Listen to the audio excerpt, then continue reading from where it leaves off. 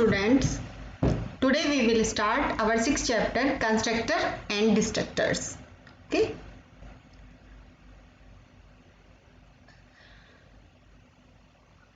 चलिए स्टार्ट करते हैं फिर कंस्ट्रक्टर क्या होता है, राइट?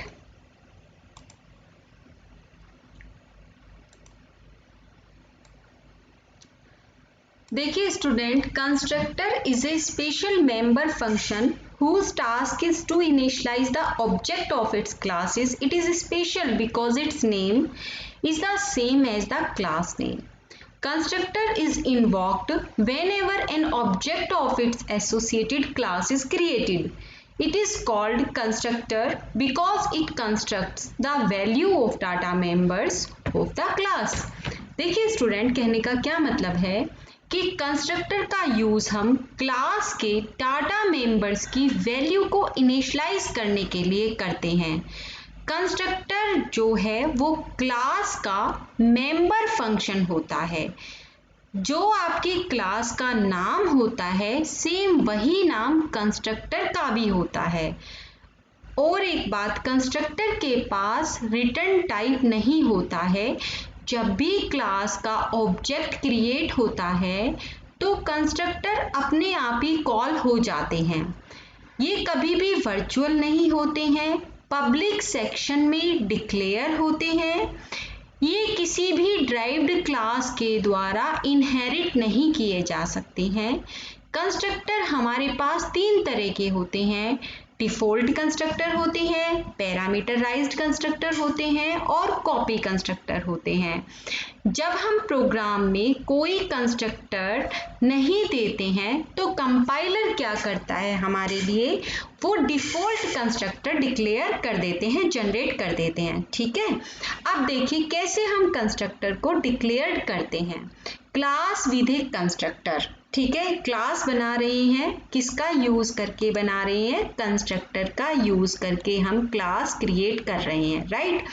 अब देखिए सबसे पहले हमने क्लास बनाई इंटीजर, ठीक है, हमने इसमें वेरिएबल एम और एन डिक्लेयर किए। पब्लिक में हमारे पास हमने देखे जो हमारी क्लास का नाम था इंटीजर, वही मैंने आपको बताया कि सेम वही नाम होगा is the same as the class name. ठीक है, तो वही नाम जो इंटीजर नाम था वही हमने यहाँ पर कंस्ट्रक्टर डिक्लेयर किया उसी नाम से, राइट? ठीक है, अब हमने जब कंस्ट्रक्टर डिफाइंड किया है सेम इंटीजर हमारी क्लास का नाम था और इंटीजर क्या था, हमारा कंस्ट्रक्टर डिक्लेयर्ड था। ठीक है, वही हमने क्या किया, डिफाइंड कर दिया। ठीक है, when A class contains A constructor like the one defined above, it is guaranteed that object created by the class will be initialized automatically. मैंने क्या बताया, जब भी किसी क्लास में कंस्ट्रक्टर क्रिएट करते हो, जैसा कि अभी हमने ऊपर देखा, तो जो भी ऑब्जेक्ट क्रिएट किए जाएंगे क्लास के द्वारा वो ऑटोमेटिकली इनिशियलाइज्ड हो जाते हैं। फॉर एग्जांपल देखिए डिक्लेरेशन, जैसे इंटीजर int 1, तो ऑब्जेक्ट जो है आपका int 1 क्रिएटेड हो गया। ठीक है,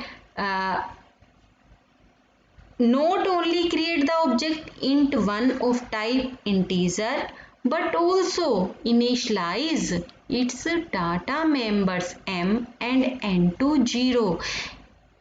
कहने का क्या मतलब है कि सिर्फ इसके ऑब्जेक्ट ही इनिशियलाइज नहीं होते बल्कि क्या होते हैं, जो डाटा मेंबर्स हैं m and n to 0 वो भी हो जाते हैं। There is no need to write any statement to invoke the constructor function.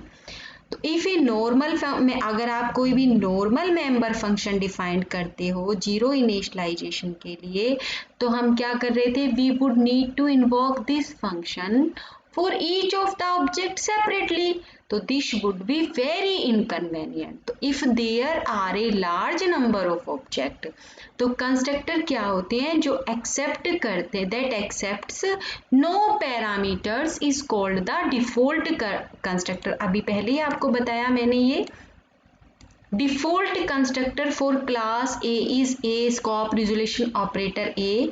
If no such constructor is defined, then the compiler supply a default constructor. Therefore, a statement such as A to invoke the default constructor of the compiler to create the object A. Constructor function have some special characteristics. These are, देखिए students, आपके लिए जो theory question आ सकता है इसमें वो यही आ सकता है कि व्हाट इज कंस्ट्रक्टर, कंस्ट्रक्टर क्या होते हैं और इसके कैरेक्टरिस्टिक्स बताइए.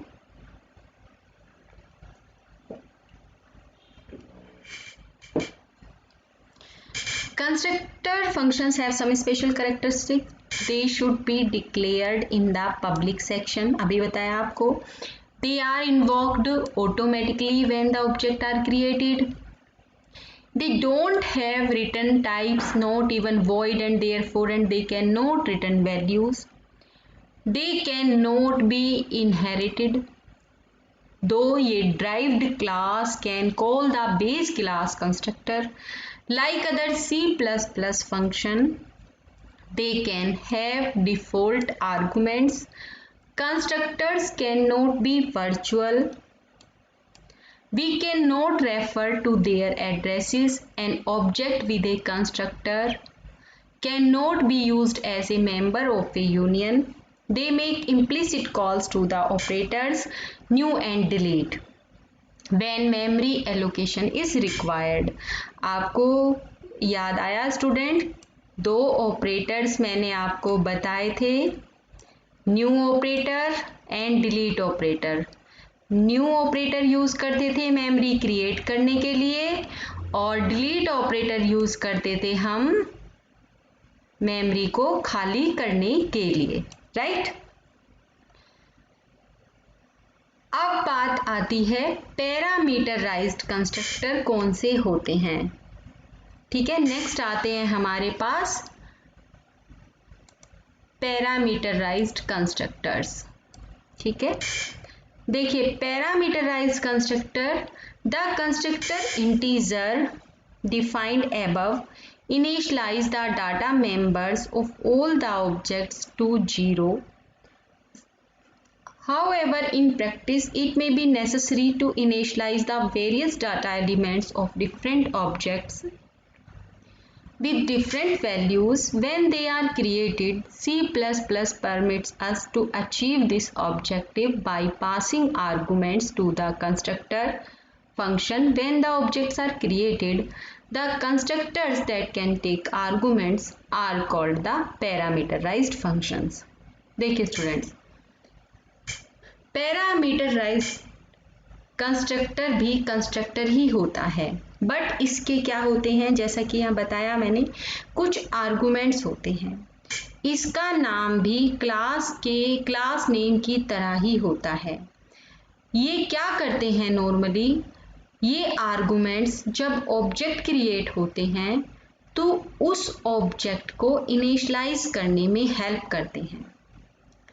इस कंस्ट्रक्टर का यूज हम डिफरेंट टाइप्स ऑफ ऑब्जेक्ट के डाटा मेंबर्स को अलग अलग वैल्यूज देने में यूज करते हैं, right. That is the parameterised constructor. ठीक है, इसमें हम देखिए we must pass the initial values as arguments to the constructor function when an object is declared. This can be done two ways, by calling the constructor explicitly, by calling the constructor implicitly. दो तरह से करते हैं हम, लेकिन उससे पहले हम इसका सिंटैक्स देखते हैं पैरामीटराइज्ड. देखिए कंस्ट्रक्टर इंटीजर को हमने मॉडिफाई, अभी ऊपर हमने देखा था कंस्ट्रक्टर क्रिएट किया था इंटीजर नाम से, उसी को हम मॉडिफाई करेंगे to take arguments as show.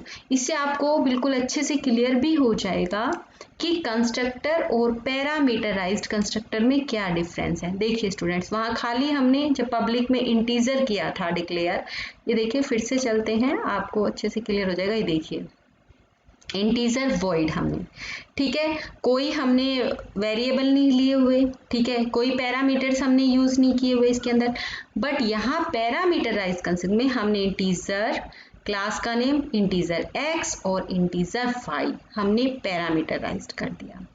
ठीक है। इंटीजर में अब हम जब इंटीजर क्लास को कर रहे हैं तो इंटीजर x और इंटीजर y को हमने कॉल कर लिया, राइट। तो when a constructor has been parameterised, object declaration statement आपकी किस टाइप से हो जाती है, इंटीजर int1।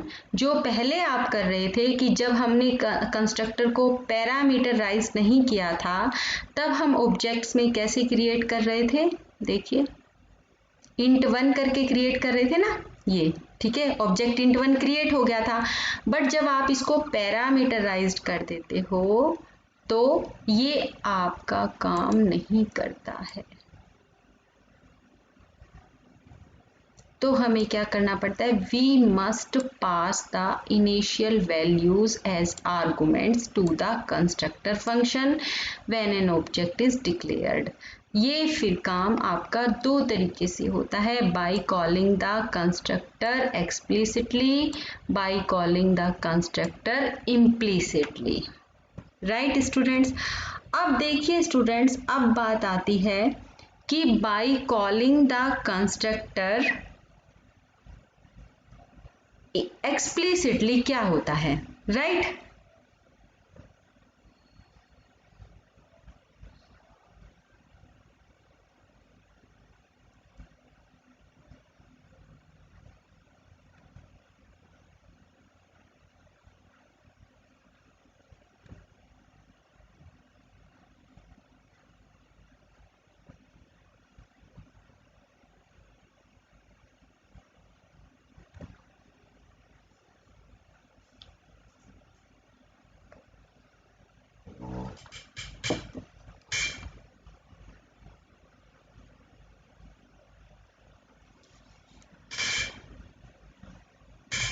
देखिए students, the following declare illustration the first illustrates the first method integer int1, ठीक है। हम अगर इसको कॉल करते हैं एक्सप्लिसिटली, इंटीजर वैल्यू हमने दे दी, ठीक है। This statements create an object, ये स्टेटमेंट आपकी क्या करती है, एक ऑब्जेक्ट क्रिएट कर रही है int1 and passes the values 0 and 100 to it, और इसको वैल्यू पास करती है 0 और 100।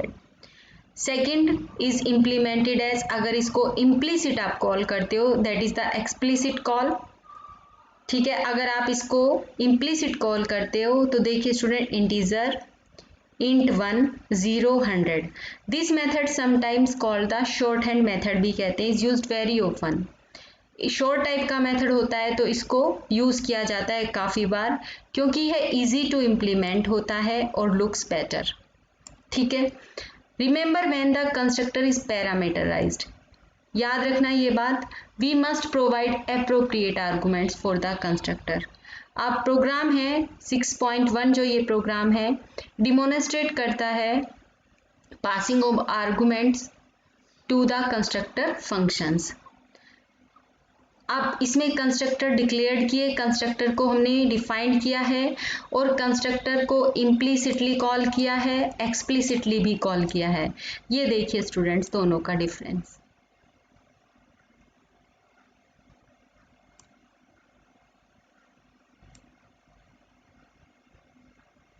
अब आप ये कंस्ट्रक्टर का प्रोग्राम बनाएंगे, ये आपके लिए होमवर्क है, अपने अपने पीसी पर रन करके देखेंगे, कोई प्रॉब्लम आएगी तो क्वेरी आप नोट करेंगे, राइट।